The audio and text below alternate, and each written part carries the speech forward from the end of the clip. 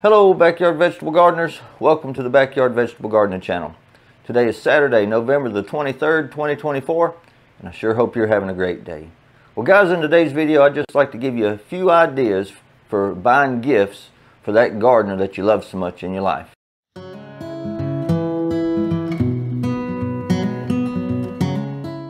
the first item on the list is a little self-watering planter like this one made by the Patio Pickers brand. This is available at Lowe's Hardware. You pick it up under a different name at Home Depot. It's sold under the City Pickers brand. Very affordable. It's made out of resin, so it's UV safe. You can grow indoors, outdoors, wherever you want. And what makes it truly great is this little insert. This little insert goes in here that creates a reservoir of water in the bottom. It's about 3 liters of water. Put the little tube in, and that's where you water from. Because if you've ever grown indoors, you know if you water from the top, you're probably going to wind up with fungus gnats. So with this little product here, and there's several other different ones out there on the market, but this is the one we have. You just water in here, depending on the season. Most of the time I water once a week. Come in Monday morning, water, and I'm good to the next Monday. It just all depends. Now, if I'm growing lettuce in these things, yes, I do have to water more, do have to fertilize more, but they're really, really wonderful gifts. Sure to excite any gardener that's interested in growing indoors. And this year, this time of year, that's a great thing. You know, the day hours are really reduced this time of year. It seems like we get up, go to work, it's dark, we come home, it's dark, so there's not much we can do. It's cold, but with stuff like this right here, you can grow some produce all winter long. For the past 2 years we've used these. I've grew lettuce and carrots and radishes. I've grew some green onions, some chives. It's just been a good thing to have around here. Have salad all winter long, and even in the summer months, the hottest part of the summer, use these things. You can grow you some salad indoors. Just a great, great product that I know the gardener in your life is really going to appreciate. And the second idea on the list of great gifts for gardeners is books. Like we said, the daylight hours have been reduced dramatically. It gets dark real soon. If you're like me, you get stir crazy, you can't sit around. So there's nothing no better than a good book, and especially if you're wanting to get more successful in your garden. So I've got a few books here that I recommend. I've already done a video on this, so I'm not going to go over them, but I did make some notes so I can give you the high points. And the first book I'd recommend is The Vegetable Grower's Handbook by the Old Farmer's Almanac. And the reason I recommend this one the most is because it provides a lot of good information in a very small package. It doesn't overcomplicate things. It just gives you the necessities of what you need about the most popular varieties of garden vegetables. It's got lots of room to make notes in it, and while I don't use that, I do go back to this book several times a season. Maybe it's to refresh my memory. Maybe I'm trying something new in the garden, but I highly recommend The Vegetable Gardener's Handbook by the Old Farmer's Almanac. And the second book on the list would be one of the most popular gardening books out there, and that's The Square Foot Garden by Mel Bartholomew. And what makes this book so great is this was the first gardening book I ever bought. And it is the reason that I was so successful that first year. I would recommend this for anybody that's never grew a garden before, and I'd also recommend it to anybody who's interested in learning more about this very effective technique. Now, I'll be honest, I do not follow the square foot gardening method now, but I do use some of the principles that I learned in this book over and over again, mainly because when you first start growing a garden, you get your seed packets or you buy your transplants, and you look on the label or the back of the packet, and it tells you the spacing. Well, all that spacing is generally for commercial growers. What you'll learn with the square foot gardening method is that you really don't have to go by those all that regular, especially when it comes to your row spacing. Now, your plant spacing, typically that's a good recommendation.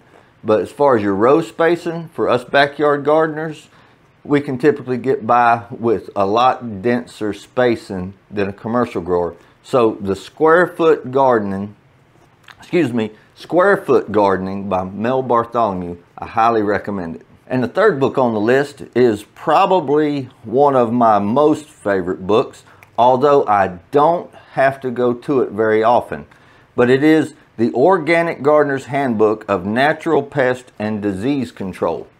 And the reason I like this book so good, again, it's one of the first books I bought, and I've bought several, but out of all the books that I've bought on this subject, this has been the most relevant to my gardening experience. I don't know if you've experienced the same thing, but when I got serious about growing a garden, I got concerned about all the synthetic chemicals that I was eating from the produce I bought from the grocery store. And I didn't want that same experience from my own garden. So we started learning about natural and organic ways to combat pests and diseases. And this book right here provides a lot of good information. Now, I know we live in the day of YouTube and the internet and all that stuff, but there's nothing like having a good book handy when you need it, and you don't have to spend so much time watching videos that are a waste of your time. Just get you a good book like this one. It'll greatly help you. So, The Organic Gardener's Handbook of Natural Pest and Disease Control, I highly recommend it. And number 4 on the list of books to buy for your gardening friends is one that I'm going to go ahead and tell you up front, this book is not for everybody, although I recommend it to everybody who's interested in learning traditional skills. It's the Encyclopedia of Country Living. And as you can tell, this is a substantial book, but it's not one that you would start reading from front to back. It's a reference. It is, like it says, an encyclopedia. It's pretty interesting if you read the author's introduction of how she came up with this idea, but there is a lot of useful information in this book. And we bought this book at the onset of the COVID pandemic, and however you want to look at that, you can read between those lines. And I started thinking about all the things that I would need to know that I didn't know if that thing kept getting worse and worse and worse. And this was one of those books that not only did I enjoy having it, I enjoyed learning what it taught.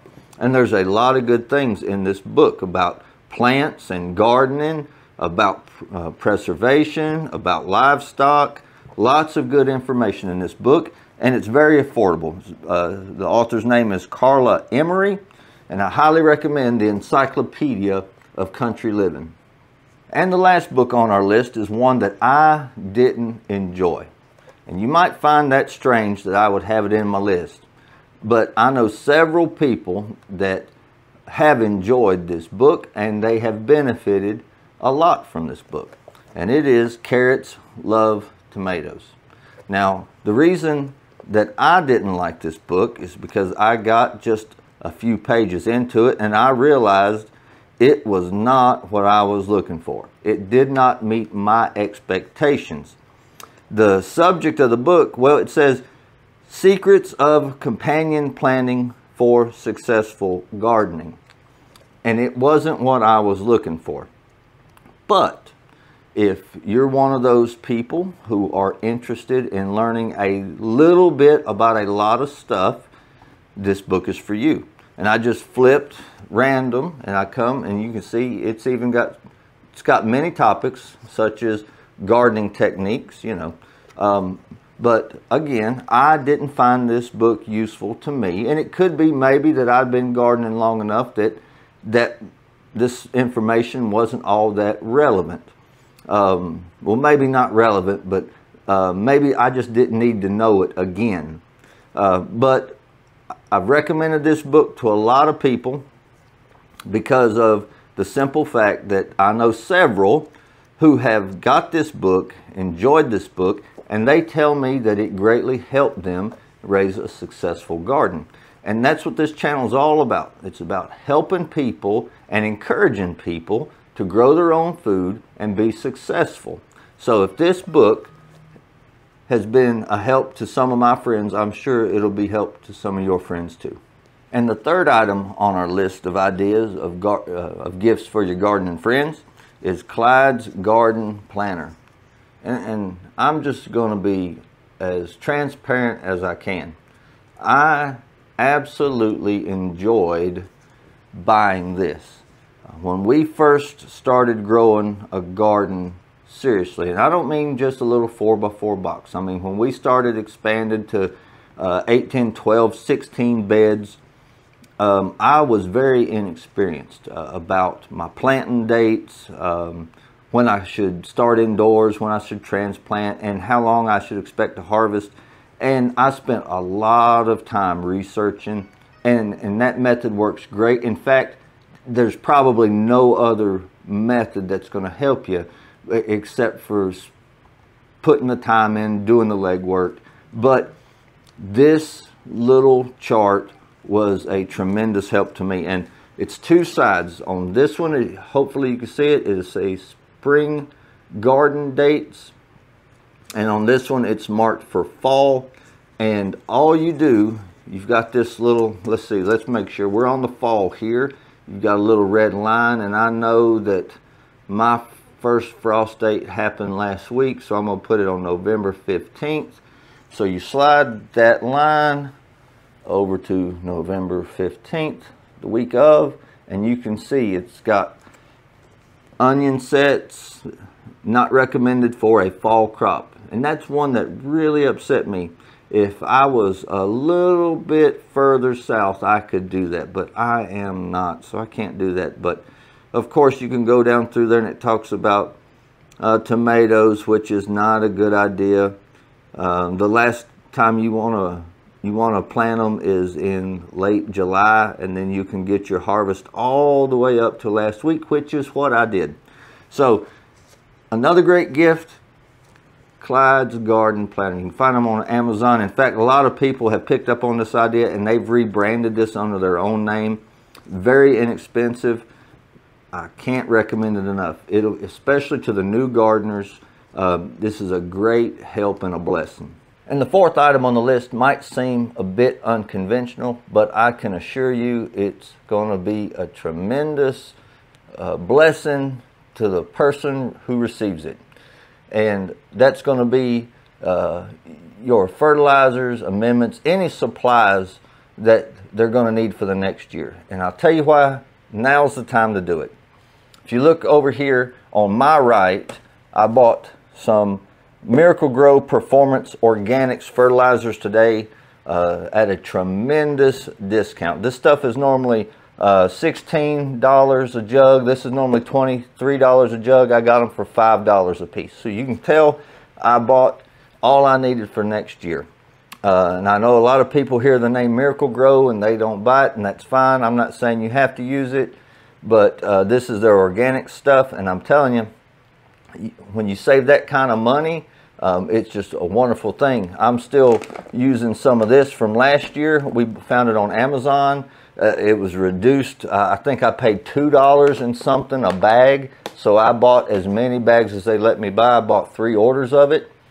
Another thing in that same vein is other amendments like this soil acidifier, this vermiculite. Guys, let's be honest. We're going to need it. We're going to have it. So think about your friends. If you're trying to give them something that's going to be a blessing to them, that's really going to help them next year in the garden be successful, nutrition is one of those areas where they're just going to thank you for it. Be very glad you gave it to them. And they're going to know that you really cared, because who else is going to give somebody some fertilizer for Christmas?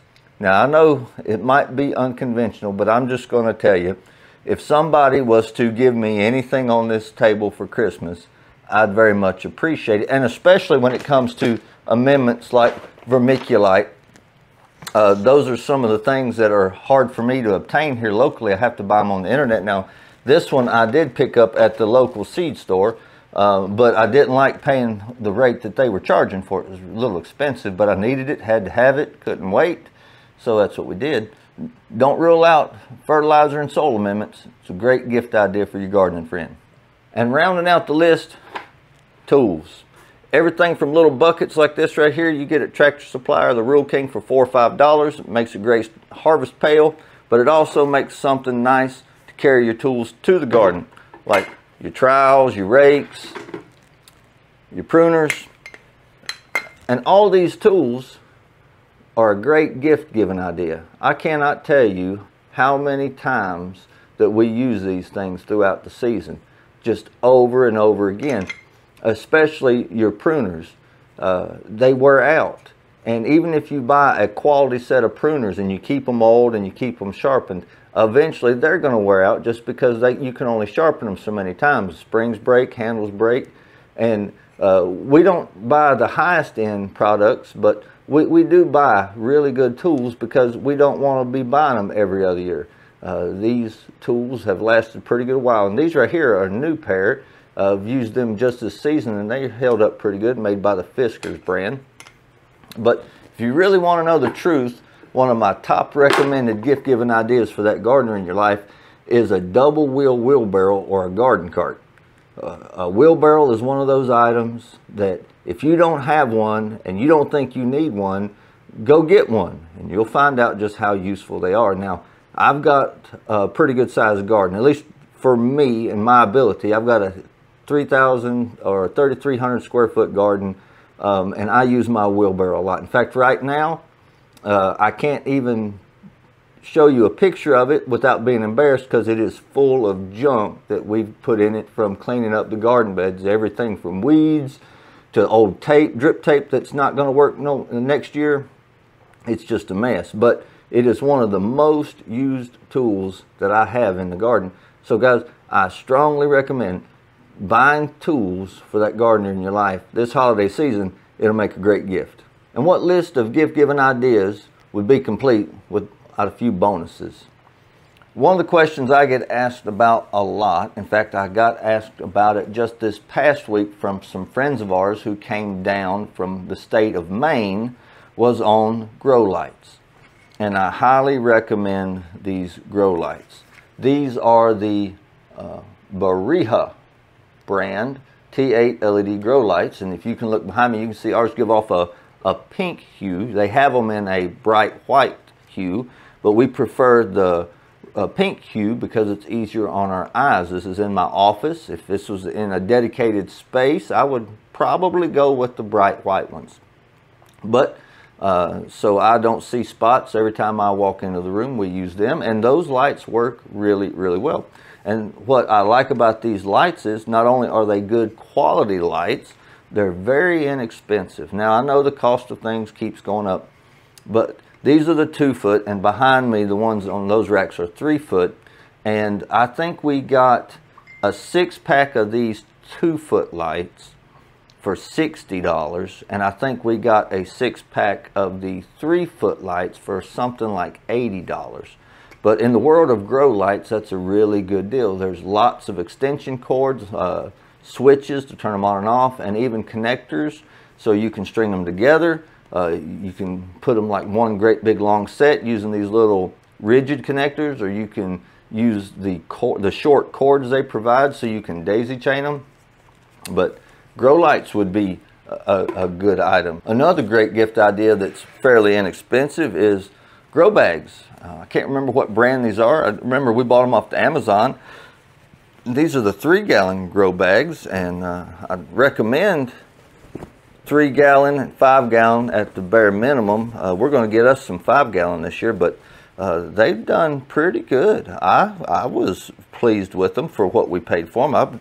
I don't think we paid over $10 or $12 for a whole bundle. I can't remember how many was in the bundle. It was a lot, but they make gardening simpler for folks who have less space. They're portable, you move them around, they air prune the roots, and as far as these go, I can't tell you the brand on them. There's no label nowhere that I've seen, but they've been really good, and like I said, very inexpensive. And as far as that goes, anything to do with seed starting or nursery care, those items would be great ideas for your friends and family. But if you really want to go all out, get them a greenhouse. Man, a friend of mine just the other month his wife was telling me that her husband had bought her a greenhouse and she was so happy, and honestly, I didn't know she was into that kind of thing. And the more I've been talking to the both of them, the more I figured it out. That's his greenhouse. It may not have been at the beginning, but it is now. And man alive, especially now that it's getting cold around here, just the past 3 days, the wind's been blowing 30, 40 miles an hour consistently. Nighttime temperatures have dropped below 30. In fact, my garden looks pretty pitiful after last night's abuse. I'd love to have a greenhouse. But those are one of those items that if you buy a cheap one, it's really not going to do you much. It might last you a season, but the first big strong puff of wind's going to blow it apart. Hard rain, it's just going to leak and it's not going to do you no good. So, you know, those are substantial investments, and that's the reason I don't have one, because I'm one of those folks. I've seen a lot of nice ones that I would like to buy, but they're overpriced. And I get it, the cost of goods and services, that's one thing, but I have a construction background and I'm quite familiar with how to build stuff, and that will probably be the route I go. Some wooden posts in the ground, some rock underneath, some of that polycarbonate panels, and that would be the way I'd go. But still, you're talking about several $100s plus all the time involved. But I can't think of a better way to get on somebody's list of favorite people than buying them a greenhouse for Christmas. Well guys, that's going to do it for this video. I sure am glad to be with you. I hope I was able to give you a few ideas about what to get the garden in your life this holiday season. If you like this video, found it enjoyable, I sure hope you'll hit that like button. If you like gardening and garden related content, I sure hope you'll consider subscribing to the channel. And if you know people who is interested in growing a garden, maybe never growing a garden for the first time, I sure hope you'll share this video on other social media. And until we see you again, I hope you're having a great day.